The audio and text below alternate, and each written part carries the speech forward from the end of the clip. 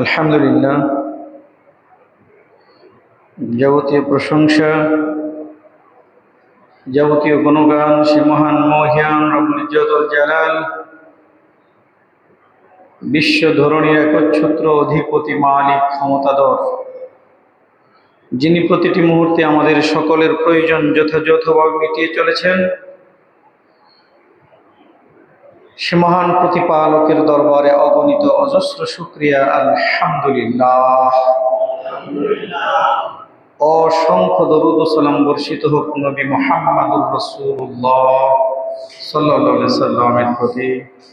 আল্লাহুম্মা সাল্লি আলাইহি আল্লাহুম্মা বারিক আলাইহি। সম্মানিত উপস্থিত, প্রিয় মুসল্লিয়ানে কেরাম, আমরা একটা বিষয়ে ধারাবাহিকভাবে খুতবা শুনে আসছি। সেটা হলো সৎ কাজ, নেক আমল। নেক আমলের মধ্যে অত্যন্ত গুরুত্বপূর্ণ যে বিষয়টা, সেটা হলো সালাত। গত জুমায় আমরা সালাতের একটা পয়েন্টের উপরে কথা শুনেছি, যেখানে যেভাবে যে অবস্থায় থাকে না কেন সালাত আদায় করতেই হবে। মনে আছে তো আপনাদের, নাকি? আজকে যে দিকটা শুনবো সেটা হলো সালাতের এত গুরুত্ব কারণ কি, মানে উপকারিতাটা কি। সালাত আদায় করলে আমাদের কি উপকার হবে, কেন সালাত আদায় করতেই হবে। প্রাথমিক উপকারিতা হলো ঈমান আনার পরেই ঈমানকে ধরে রাখার জন্য সালাত আদায় করতেই হবে। তাহলে বোঝা গেল সালাত আদায় না করলে ঈমান থাকবে না, চলে যাবে। মহান আল্লাহ তাবারক ওয়া তাআলা বলেন, আকিমুস সালাত ওয়ালা তাকুনান্না মিনাল মুশরিকিন। তোমরা সালাত কায়েম করো, তা না করে মুশরিকদের অন্তর্ভুক্ত হয়ে যেও না। তাহলে সালাত আদায় না করলে সে মুশরিক হয়ে যায়। যদি সালাত আদায় করি তাহলে আমাদের উপকার হলো মুশরিক হব না। সালাত আদায় না করাই হলো শিরক।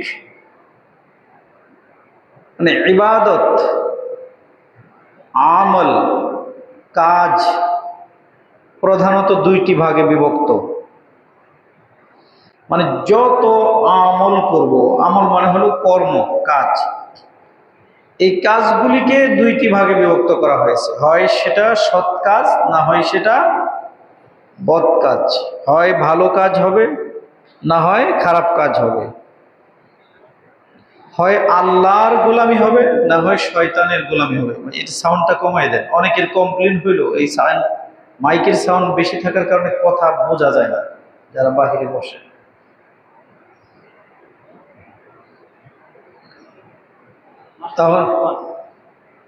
তাহলে আমরা কি বুঝলাম এখান থেকে?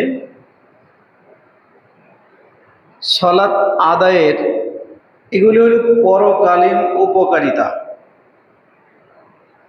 ইহকালের কি কোনো উপকার আছে নাকি নাই? ইহকালেরও অনেক উপকার আছে। কোনো ব্যক্তি যদি 5 ওয়াক্ত সালাত আদায় করে সঠিকভাবে, মানুষের শরীরে 206টা হাড় আছে, আর জয়েন্ট আছে। কয়টা? এর জন্য এক্সারসাইজ, ব্যায়াম আছে 208টা। সালাতের মধ্যে সালাত সঠিকভাবে যদি কোনো ব্যক্তি আদায় করে, অধিকাংশ এক্সারসাইজ এবং সালাতের সময়গুলি এমনভাবে নির্ধারণ করা হয়েছে, সে দুনিয়ারই শুধু কল্যাণ পাবে না, আখিরাত এবং দুনিয়া দুইটারই কল্যাণ এবং শারীরিক উপকারিতা। এটাকে যারা ফিজিক্যাল বিজ্ঞান নিয়ে, সায়েন্স নিয়ে, ফিজিক্যাল সায়েন্স নিয়ে যারা লেখাপড়া করেন, যারা গবেষণা করেন, অনেক অমুসলিম বৈজ্ঞানিক তারা বলছেন সালাতটা কি একটা এক্সারসাইজ। সালাতকে যদি কোনো ব্যক্তি মনে করে যেটা এক্সারসাইজ, তাহলে এটা উত্তম একটা এক্সারসাইজ, সুবহানাল্লাহ, যা প্রত্যেকটা মানুষের জন্য প্রয়োজন। সালাতের মধ্যে এমন এমন সামাজিক উপকারিতা, শারীরিক উপকারিতা, মানসিক উপকারিতা বিদ্যমান, যেটা এক একটা পয়েন্ট ধরে বললেও কয়েকটা জুমার খুতবা হয়ে যাবে ইনশাআল্লাহ। আপনাদের ধৈর্য কোলাবে কিনা, বা আমার কতটুকু আল্লাহ রাব্বুল আলামিন তৌফিক দান করবেন, যে ইচ্ছা আছে, মন চায় যে বিস্তারিতভাবে সালাতটা মানুষ বুঝুক, বুঝাতে চাই সালাতটা আসলে কি। সালাতের ব্যাপারে নির্দেশনা হলো, যারা সালাতকে সদা সর্বদা কায়েম রাখে। এই ব্যাপারে আমাকে একজন হাই স্কুলের হেডমাস্টার প্রশ্ন করেছেন, এই আয়াতটা পড়ে, সম্ভবত সূরা মারিজের মধ্যে আছে। তো বললেন যে সালাতে আমরা সর্বদা কায়েম থাকবো কেমনি? আলা সালাতিহিম দাইমুন, এটা সেই আয়াত, সূরা মারিজ, সম্ভবত 32 নম্বর আয়াত হইতে পারে। সালাতে যারা সর্বদা প্রতিষ্ঠিত থাকে, দেখেন এর কয়েকটা পদ্ধতি।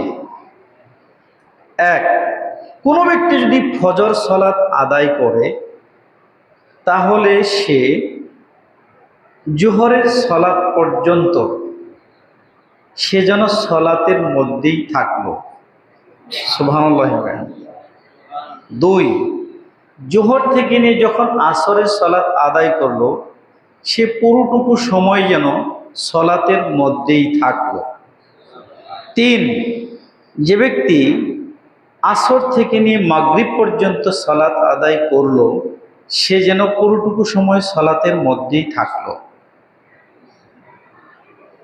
চার, যে ব্যক্তি মাগরিব থেকে নিয়ে এশা পর্যন্ত সালাত আদায় করলো, সে যেন পুরো সময়টা সালাতের মধ্যে কাটালো।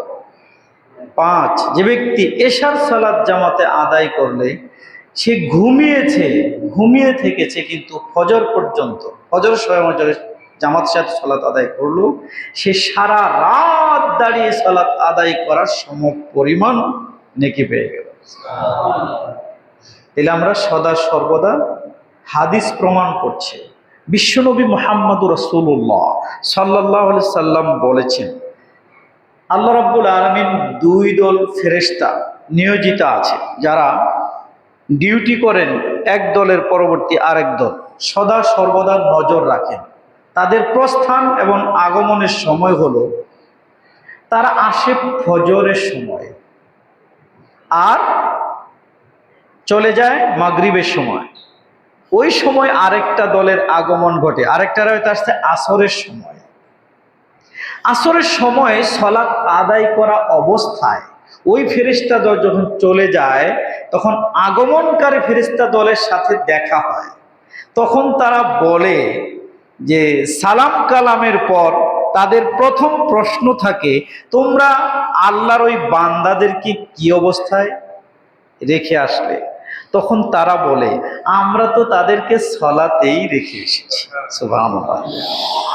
আবার যারা আসে, এসে দেখে তারা সালাতেই রয়েছে। এজন্য সালাত খুব তাড়াতাড়ি পড়া দরকার, ঠিক না? কি কোন? তাড়াতাড়ি পড়া দরকার, মানে মুরগ যেন না পারে আপনার সাথে, এরকম তাড়াতাড়ি করবেন। মুরগ যার না পারে মানে মুরগের ব্যাপার আসছে, মুরগির চাইতে মুরগ ঠুকর বেশি দেয়। আমি হাদিস পরে চিন্তা করলাম, মানে যেটা মহিলা মুরগির মধ্যে, যেটা মহিলা এটা মুরগি বলে আর একটা মুরগ বলে, দুইটাকে খাইতে দিছে। আমি লক্ষ্য করলাম যে মুরগির চাইতে মুরগ, এটা প্র্যাকটিক্যাল আমি দেখেছি, ডাবল খায়। হাদিসের ভাষায় এখানে মুরগির কথা না বলে মুরগের কথা নিয়ে আসছে, মানে মুরগ খুব দ্রুত ঠোকর দেয়। কিছু নামাজে আছে দেখবেন খুব দ্রুত নামাজে এসে যত ব্যস্ততা আছে, কত কাজ, কত ব্যস্ততা, মসজিদে বসার কোনো সুযোগই নাই। কয়েকদিন আগে এক বক্তা ওয়াজ করতেছেন, ওয়াজ করছে একজন, এটা মানে এটা নামাজের সাথে একটু মিল আছে এই জন্য বলতেছি আর কি, একটু শোনেন, এটা হাদিস না। এক লোকে বাচ্চা হয় না, বলছে আল্লাহ আমাকে যদি একটা বাচ্চা দাও তাহলে আমি তো নামাজিকে, মানে একটা ছেলে বাচ্চা দাও তাহলে আমি নামাজি মানুষকে ভাত খাওয়াবো। হয়েছে মেয়ে। পরে আবার চিন্তা করলো যে যাক একবার তো মিস হয়েছে, এবার আবার চিন্তা করেছে যদি আমার একটা ছেলে বাচ্চা হয় তাহলে আমি একটা নামাজি লোককে খাওয়াবো এখন। ওইবার মেয়ে হয়েছে। তৃতীয়বার আবার বলছে যে আমি একটা ছেলে হইলে নামাজি লোককে খাওয়াবো। ওইবার মেয়ে হয়েছে। রাগ করে বলছে আল্লাহ এইবার যদি ছেলে হয়, চতুর্থবার চান্স নেই, তাহলে শয়তানের আমি খাওয়াবো এক অক্ত। কাকে খাওয়াবে? শয়তানকে এক অক্ত খাওয়াবো। আল্লাহর কি কাজ, ওইবার ছেলে হয়েছে। ছেলে হইলে শয়তান কোথায় পায়?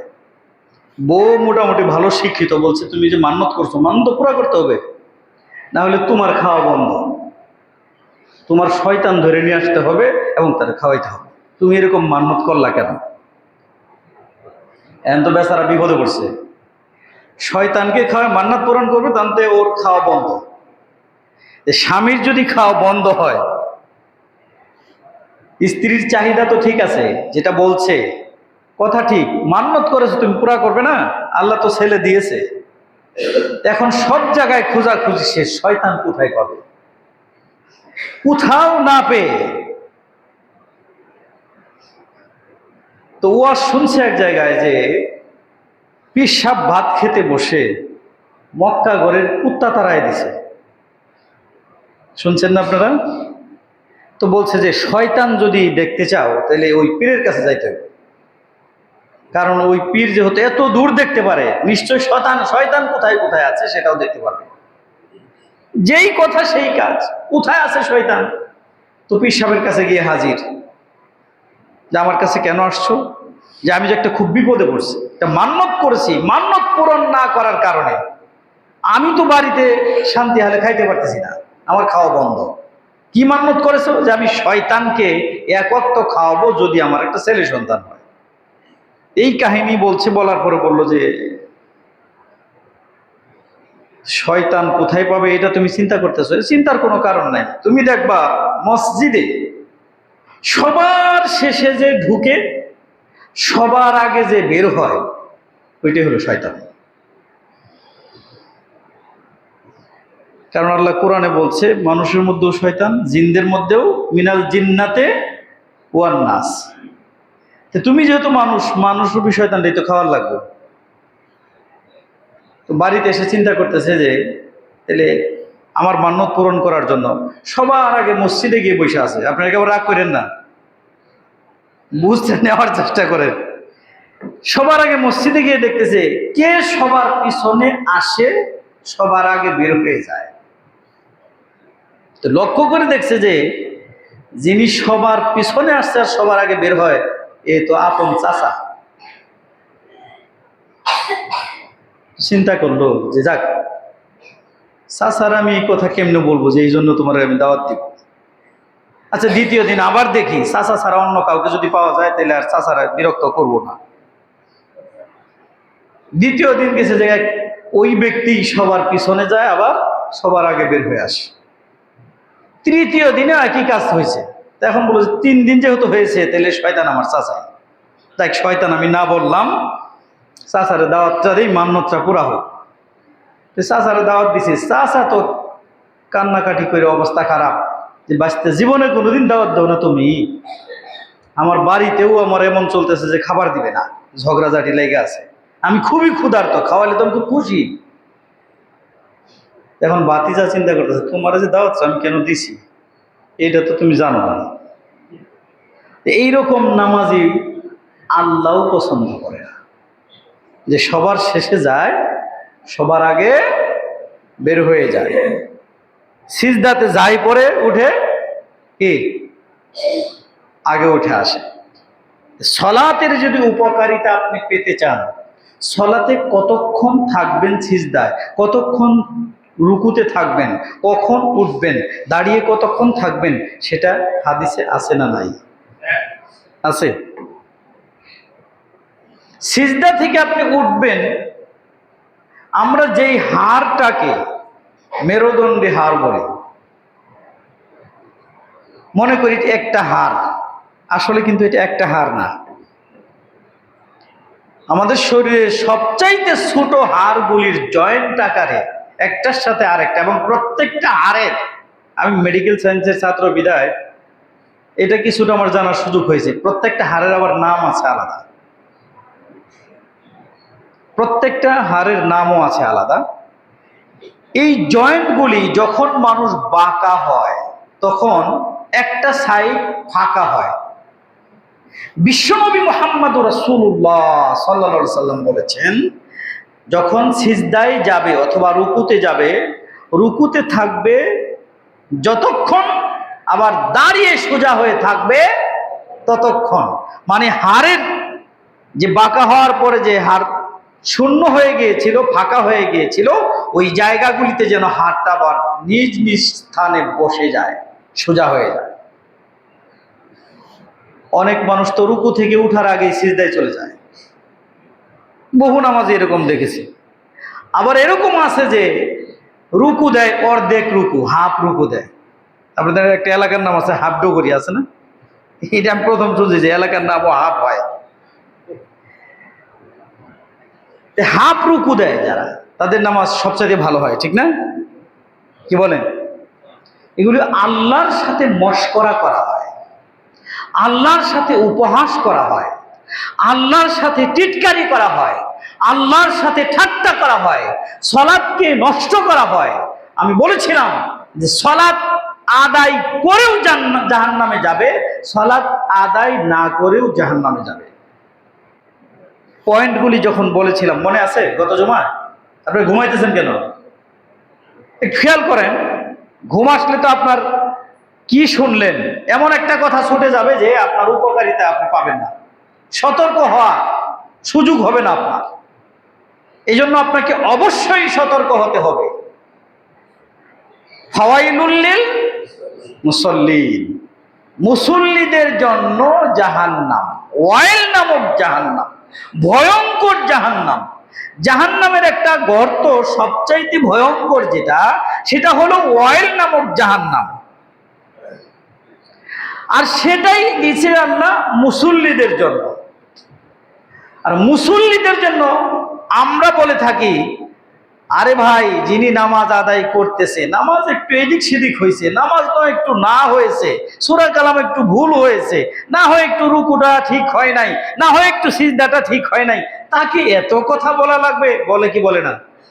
খুব সহজে বলে। আরে ভাই আপনি একটু পা মিলাইতে বলে তো তাকে মসজিদ থেকে চলেই গেল, আপনি এটা বললেন কেন? না বললেও তো পারতেন। আমরা বিশেষ করে বহু কথা এরকম শুনে থাকি, বহু কথা সমাজে বিদ্যমান। যখন মোনাজাত উঠে যায়, আমরা নামাজের পরে কি করতাম? সবাইকে নিয়ে একটা মোনাজাত দিয়ে দিতাম। এখনো এরকম আল্লাহকে ঠাট্টা করার মতো মোনাজাত দেশে আছে না নাই? এক মোনাজাতের কারণেই জাহান্নামে যেতে পারে। কেন? কুরআনুল কারিমে আজকে আরেকটা কোরআন দিয়ে সার্চ দিয়েছি, 93 বার এসেছে কোরআনে সলাতের ব্যাপারে। কতবার? মানে সলাতের ব্যাপারে এতবার, শুধু সলাত কায়েম করতে বলা হয় নাই। সলাত কায়েম করবে সন্তানাদি কিভাবে, আপনার সলাত কিভাবে কায়েম থাকবে, আপনি কিভাবে সলাত আদায় করবেন, আপনি কখন সলাত আদায় করবেন, সন্তান সালাতে হয়ে জন্য কি দোয়া করবেন, বিস্তারিত আল্লাহ রাব্বুল আলামিন কুরআনুল কারীমের মধ্যে বলে দিয়েছে।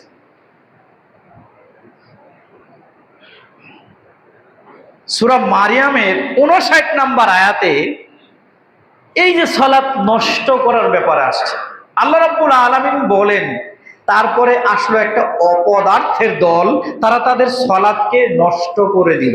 যারা সালাত নষ্ট করলো তাদের জন্য জাহান্নাম। সালাত নষ্ট করলে তার জন্য কি? জাহান্নাম। সালাত নষ্ট হয় কিভাবে? সালাত রাসূলুল্লাহ সাল্লাল্লাহু আলাইহি ওয়াসাল্লাম যেভাবে পড়েছেন সেভাবে আদায় না করলে সালাত নষ্ট হয়। এটা হলো এক কথায় জবাব। সালাত নষ্ট হয় কিভাবে? রাসূলুল্লাহ সাল্লাল্লাহু আলাইহি ওয়াসাল্লাম যেভাবে সালাত আদায় করেছেন, যদি সেভাবে সালাত আদায় না করি তাহলে সালাত নষ্ট হয়। আমরা যারা আছি প্রত্যেকেই কি রাসূলের সালাত অনুযায়ী সালাত আদায় করি? আমরা সালাত শিখেছি এক একজন হুজুরের কাছ থেকে, কেউ ছোট হুজুরের কাছ থেকে, কেউ বড় হুজুরের কাছ থেকে, কেউ পীর সাহেবের কাছ থেকে, কেউ হাফেজি হুজুরের কাছ থেকে। বিভিন্ন ভাবে সালাত আদায় করা হচ্ছে, যে আমার সালাত আদায় করা শিখছি হুজুরের কাছ থেকে। আজ পর্যন্ত সে হুজুরকে প্রশ্ন করা হচ্ছে না, হুজুর আপনি যে সালাতটা আমার শিখালেন এর কি কোনো দলিল আছে, এর কি কোনো খতিয়ান নাম্বার আছে, এর কি কোনো আপনার দাগ নাম্বার আছে? প্রশ্ন করা হয় নাই। মানে সালাতকে এত কম দামি হিসেবে বিবেচনা করা হয়, সালাতকে এত অবমূল্যায়ন করা হয়, সালাতকে এত কম মূল্য দেওয়া হয়, সালাতকে একবারে ছোট মনে করা হয়, একেবারে এতটাই নিচু মনে করা হয়। সালাত যে রাসূলের মতো হতে হবে এটার যে একটা দলিল আছে, এটার একটা প্রমাণ আছে, এটার একটা সিস্টেম আছে, এটা আল্লাহর দেওয়া সিস্টেম আছে, সেটা তার ধারণাতেই নাই। অথচ ওই ব্যক্তিকে বলেন তোমার 10% জমিতে সার লাগে কতটুকু, বলতে পারবে? তার ছোট ছেলেকে বলেন 10% জমিতে কতটুকু সার লাগবে, ও বলতে পারবে? কারণ জমিতে সার কতটুকু লাগবে, কতটুকু দূরত্ব বজায় রেখে গোছা দিতে হবে, কখন বীজ বপন করতে হবে, কোন মাসে করতে হবে, কিভাবে করতে হবে, এমনি দান ফেলে দিলে হবে না বীজ অঙ্কুরিত হওয়ার পর ফেলতে হবে, বিস্তারিত দুনিয়ার ব্যাপারে একটা ধান গাছ লাগানোর পিছনে আপ টু বটম জ্ঞান তার আছে। কিন্তু সালাতে মসজিদে কিভাবে ঢুকতে হবে আর বের হতে হবে, সালাতে কিভাবে দাঁড়াতে হবে, কিভাবে রুকু দিতে হবে, কিভাবে সিজদা দিতে হবে, কিভাবে সালাম ফিরাতে হবে, এই জ্ঞানটুকু তার আপনি বিস্তারিত জিজ্ঞাসা করলে এর মধ্যে 10টা প্রশ্ন হলে 9টাতে সে ফেল করবে। তারপরেও তো আমরা নামাজি, আমরা গর্ব করি, আরে ও তো পড়েই না, আমি তো নামাজ পড়ি। আশ্চর্যকর কথা, আজকে সকাল থেকে নিয়ে মোটামুটি এই আয়াতগুলিকে আমি আবারও রিসার্চ করেছি, আবারও বারবার ঘাটছি। আমার মনে হয় যে আমি এতবার পড়ার পরে, কতবার পড়েছি এটা আমার জানা নাই হিসাব ছাড়া, তারপরেও মনে হয় যে আরো 200 বার এটা পড়া দরকার, 200 বার পড়া দরকার, এটা আমার প্রয়োজন মনে হচ্ছে এখন। এত কথা বিস্তারিত সালাতের ব্যাপারে। আমরা মনে করছি শুধু আকিমুস সালাত, হুজুররা ওয়াজ করে থাকে আকিমুস সালাত, আল্লাহ 82 বার বলেছে, আল্লাহ 84 বার বলেছে, এতবার বলেছে। না, শুধু আকিমুস সালাত এই শব্দটুকু নয়, আকিমুস সালাতের সাথে অনেক কথা জড়িত আছে। আকিমুস সালাতের সাথে আপনার জীবনের অনেক অংশ জড়িত আছে। আকিমুস সালাতের সাথে আপনার দেনা পাওনা জড়িত আছে। আকিমুস সালাতের সাথে আপনার আল্লাহর সাথে লেনদেন জড়িত আছে। আকিমুস সালাতের সাথে আল্লাহর কাছ থেকে কিভাবে নিবেন, আল্লাহ কিভাবে দিবে সেটা জড়িত আছে। আকিমুস সালাতের সাথে এক কথা আপনার জীবনের যা কিছু প্রয়োজন ইহকাল এবং পরকালে, হাসর এবং নসরে, কবর এবং মিজানে আপনার যা কিছু দরকার, যা কিছু প্রয়োজন, যা আপনার জন্য ক্ষতিকর, ক্ষতি থেকে বাঁচার জন্য, অমঙ্গল থেকে বাঁচার জন্য, কল্যাণ লাভ করার জন্য বিস্তারিত যা প্রয়োজন তা সালাতের মধ্যেই রয়েছে। আপনার সালাত ভালো লাগে না কেন? সালাত ভালো লাগে না তাও দাঁড়িয়েছে, মুনাফিক আছে না নাই? এই যে যেমন নির্বাচনের সময় আসতেছে, দেখবেন কোন ব্যক্তি আসরের নামাজ 3 বার পড়বে, আহলে হাদিসের এখানে এসে পড়বে একবার, আহলে হাদিসের মধ্যে আবার এরকম আছে আধা ঘন্টা এক পাশে, ওই আরেক মসজিদে যাবে তখন পড়বে আরেকবার। আবার এরকমও কোন নেতা আছে যে নামাজই জানে না, ওযু করতে গিয়ে খালি পানি মুখে দেয় আর গিলে ফেলায় দেয়, মানে মনে করে যে ওযুর মধ্যে পানি খাওয়া লাগে, কুলি করে যে ফেলা লাগে সেটাও জানে না, তাও কিন্তু নেতা, বড় নেতা। কিন্তু কুরআনুল কারীম আল্লাহ বলছে কি নেতা কে হবে, স্পষ্ট ভাষায় কোরআন বলে দিয়েছে। কে নেতৃত্ব দিবে তোমার, কে নেতৃত্ব দিবে সমাজের, কে নেতৃত্ব দিবে মসজিদের, কে দেখাশোনা করবে মসজিদের, আছে না নাই?